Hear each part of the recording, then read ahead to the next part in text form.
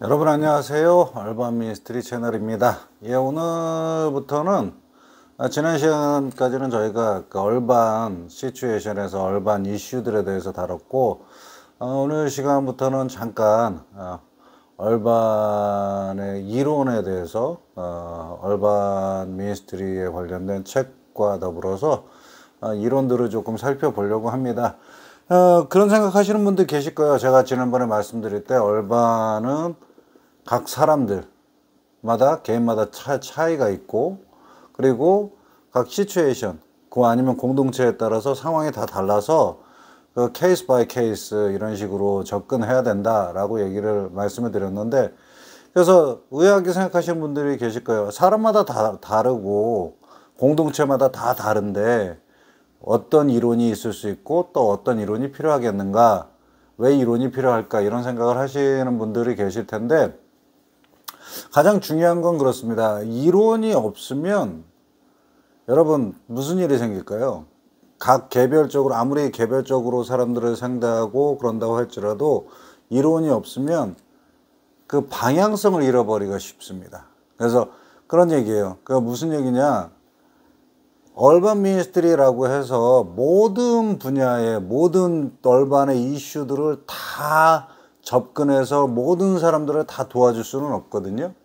그러면 그 한계가 있게 되는데, 그 한계, 이론에 대한 어떤 체계나 근거가 없이 그런 한계점들을 이렇게 부딪히게 되다 보면 어떻게 되냐, 한계를 모르고 이리 갔다가 저리 갔다가 이 사람을 도왔다가 저 일을 했다가 막 왔다 갔다 이렇게 점핑하는 그런 경우들이 생겨요. 그런데 그렇게 되면 뭐냐, 일이 효과적으로 이렇게 진행이 되지 않습니다.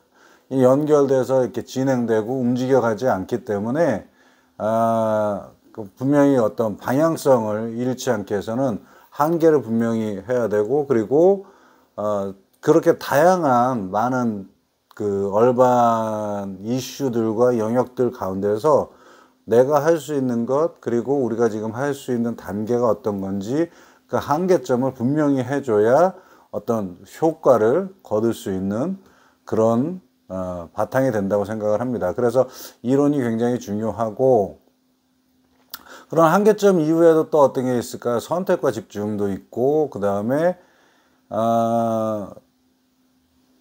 또 뭐가 있을까요? 좀 더 장기적인 어떤 스텝들이 있죠. 그러니까 장기적으로 이렇게 움직여 나가는 어떤 그런 스텝들이 있어야 되는데, 그런 스텝들이 없이 항상, 그러니까 지금 이 주변에 한인분들이 하시는 그 얼반 미니스트리 기관들이 좀 있거든요. 주로 대체적으로는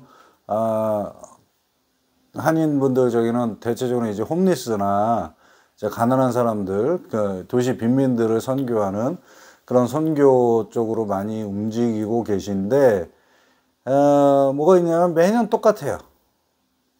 매년 제자리가 있어요. 어떤 사역이나 어떤 그 얼반 미니스트리 자체에서 어떤 발전이 안 보이고 매년 똑같습니다. 매년 주변에서 후원 받아서 뭐 주에 한번 밥을 대접하다든가, 뭐 아니면 가서 뭐 예배를 드린다든가 하는 식의 일들이 계속 다람쥐 쳇바퀴처럼 계속 돌아가요.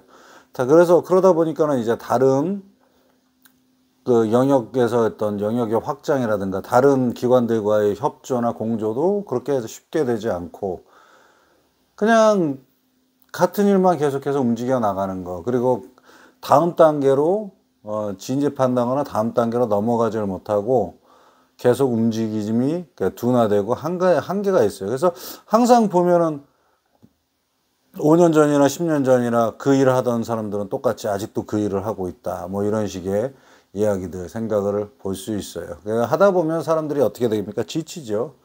그러니까 그런 단계들이나 어떤 발전했던 미래의 사항에 대한 청사진, 어떤 분명한 타겟이 있고 그 타겟이 변화돼서 성장하는 어떤 목표가 있어서 그게 눈으로 가시적으로 딱 보여주면 굉장히 도움이 될 텐데, 가시적으로 보이지 않는단 말이죠.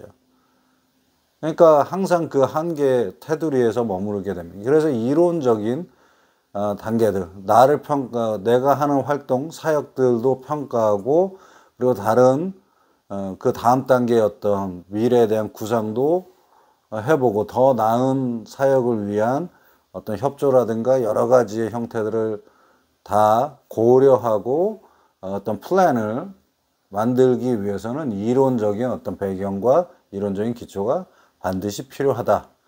예, 그래서 이론을 조금 다룰 건데요, 다음 시간부터는. 그러나 이론이라고 해서 여러분 뭐 특별하게 뭐 굉장히 뭐 이렇게만 해야 된다, 이렇게 A, B, C, D 수학 공식처럼 이렇게 움직이면 답은 이렇게 나온다, 이런 식의 이론들은 아니고 전체적으로 우리가 빠뜨리는 것, 생각하지 못한 것들에 대해서 이렇게 이런 측면도 있다, 저런 측면도 있다, 이런 것들을 이렇게 이야기해 주고, 그 다음에 앞서서 계속해서 이 일을 해왔던 뭐라 그럴까요, 선배들이라고 할까요, 아니면 뭐 선조들이라고 할까요, 그런 사람들의 어떤 발자취를 더듬으면서 보다 더 크고 보다 더 나은 미래를 꿈꿀 수 있게 해주는 어떤 길잡이 역할을 해준다 라고 생각하시면 되겠습니다.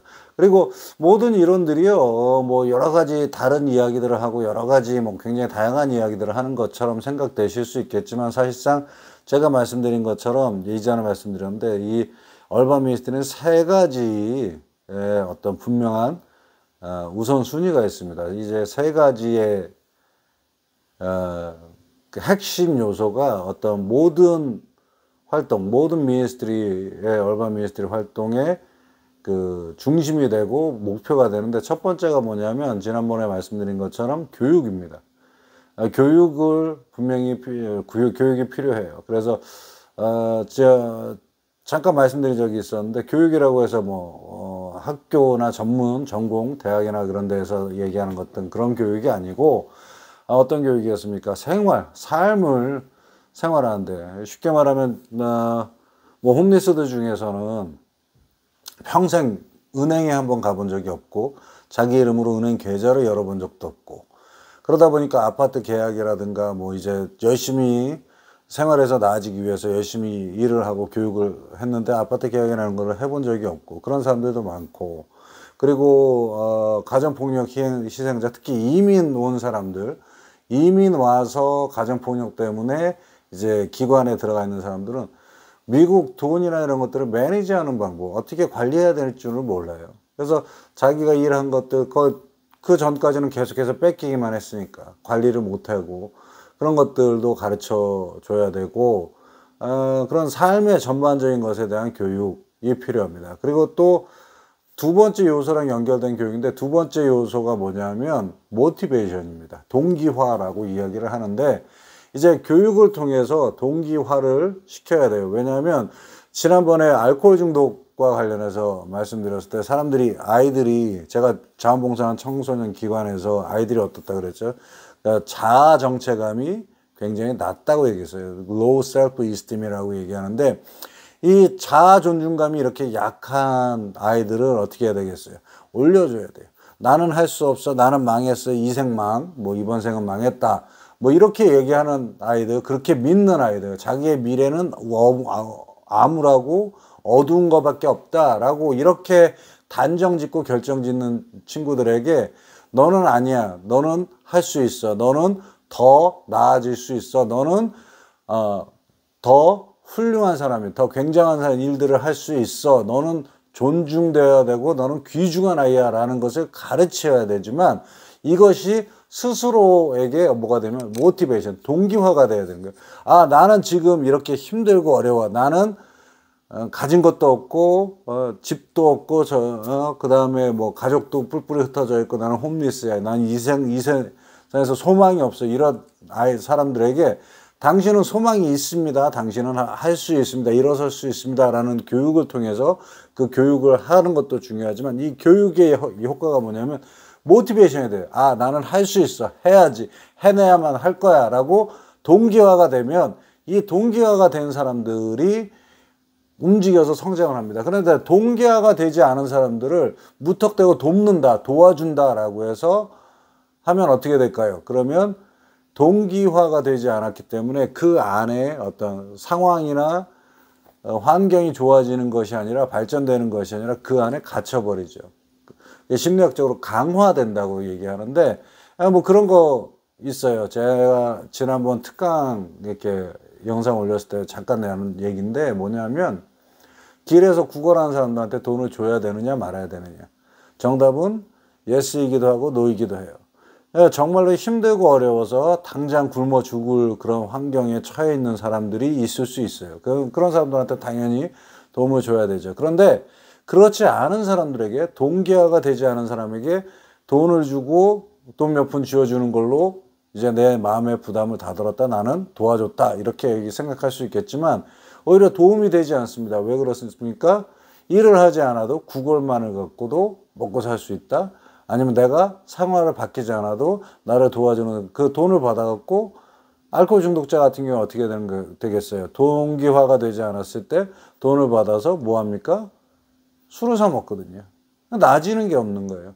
그래서 이 동기화가 굉장히 중요한데 그 첫 번째 단계로 이어지는 건 뭐다? 교육이 먼저입니다. 그래서 교육을 통해서 뭐 생활, 삶의 전반에 관한 교육을 하겠지만 그 다음에는 이렇게 동기화, 본인의 자아 존중감을 높이고 자신이 할 수 있다라는 어떤 긍정적인 신념을 갖는 그런 동기화가 이루어져야 돼요. 그래서 동기화가 만들어지면 세 번째 요소가 있는데 뭐냐면 커뮤니티, 공동체입니다.